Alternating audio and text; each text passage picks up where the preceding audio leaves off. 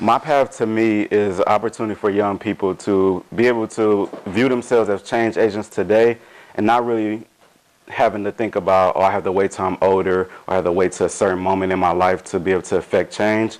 But it's an opportunity for them, along with their other peers, to be able to become community change agents today together. MyPATH is an opportunity for us to empower and cultivate, I think, tomorrow's leaders in our community. We have a lot of young people that don't know all the things that are available and the things that they can take advantage of now and in the future. So it's an opportunity to expose them to a lot of amazing ways to change their communities. So some of the changes we implemented was, of course, opening it up to different neighborhoods, but also adding a service learning curriculum. So we've used the Go Lead curriculum, partnering with them to be able to actually talk about what service learning is, the introduction, the history of it, and then being able to go through all the steps of the youth being able to plan that project from A to Z. So they actually plan it and implement it, and just with guidance from adults. You go into a community, you learn about what's going on there, but then you also have to reflect and see what the exchange is. When we think about service learning, there's an exchange of service there. So you don't always go in like, okay, I'm gonna come in, I'm gonna save the world, and I'm gonna leave out, and I'm gonna be the big dog on campus. That's not what service learning is.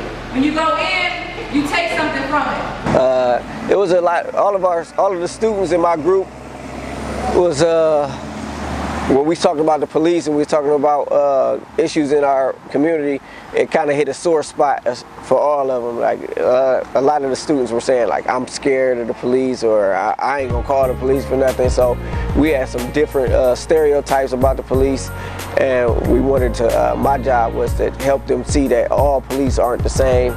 And so we kind of took down that roadblock.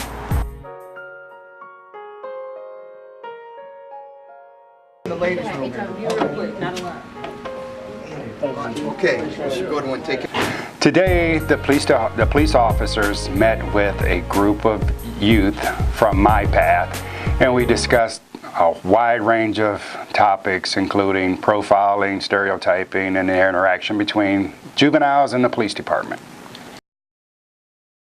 Is that they were able to, be heard, be listened to, and be able to convey what their perspective is on, how they feel about police.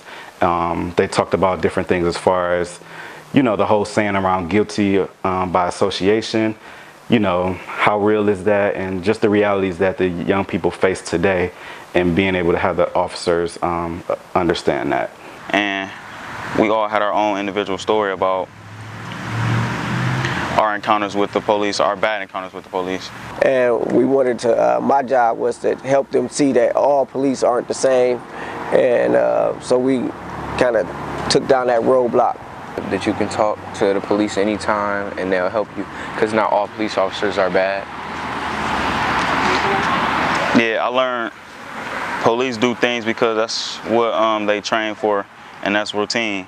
It's not that they're doing it to aggravate you or because they bored. And I think it's better for the youth to be able to sit and ask questions of a police officer of any nature of a question, so that they can better understand our jobs trying to protect them.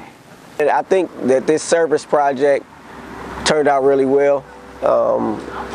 Besides Clay, he was a little nervous.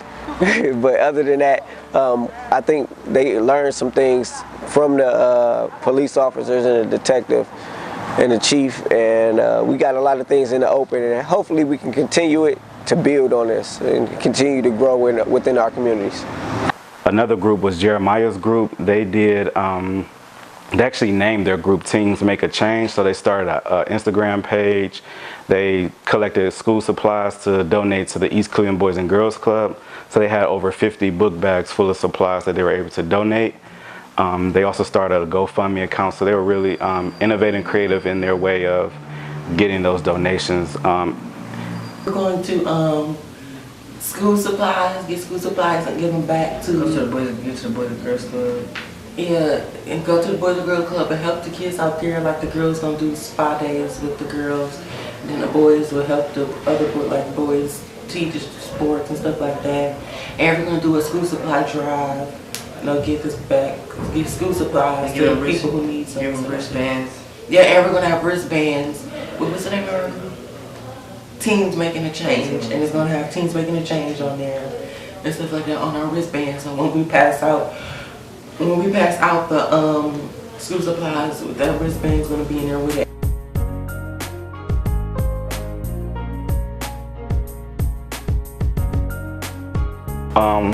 They broke up to 4 smaller groups, so we have 4 service projects. One group was Brenda's group. They decided to do care kits for the homeless shelter on Harvard, the Greater Cleveland Homeless Shelter. And so one thing that they were able to learn is that socks are the most requested item for amongst homeless population. So they're able to collect donations from, various toiletries to socks and be able to deliver that and have conversations with some of the staff there at the homeless shelter.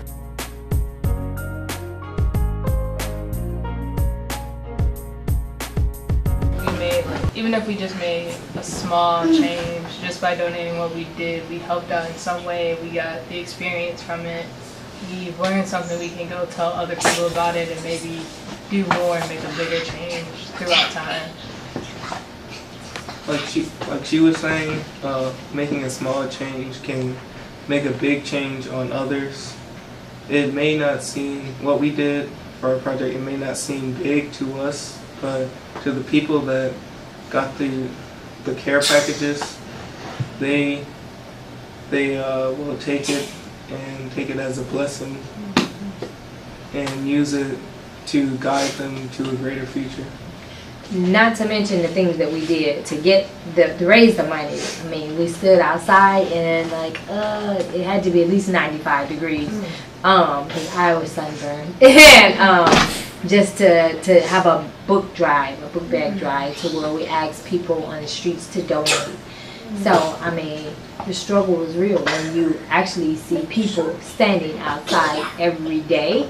So now you're in their shoes and now you see what that feels like. So I think that it kind of hit home, and so it makes it even a better feeling to give back.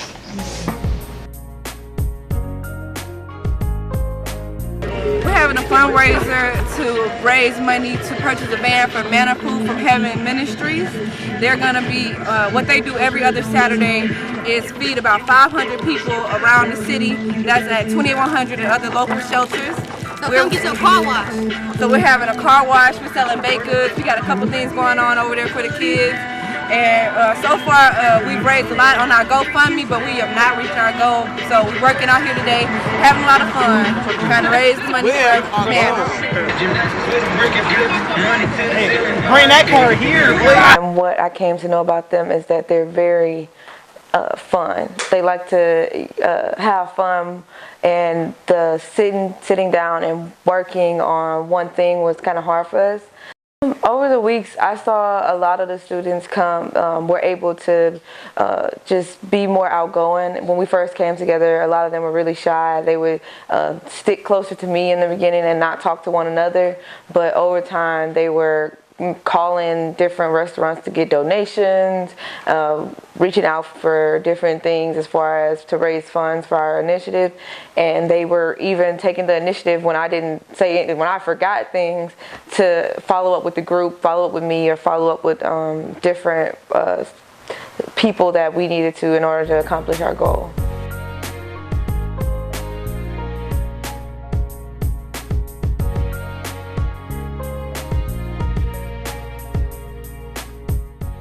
So we wanted to do something meaningful as far as it would be something lasting.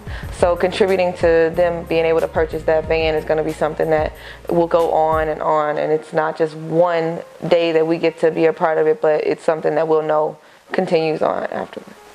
So they've been working this summer, so that's been the exciting part of just seeing the projects, seeing their ideas from the beginning, brainstorming about them, and then being able to make a plan and then implement it.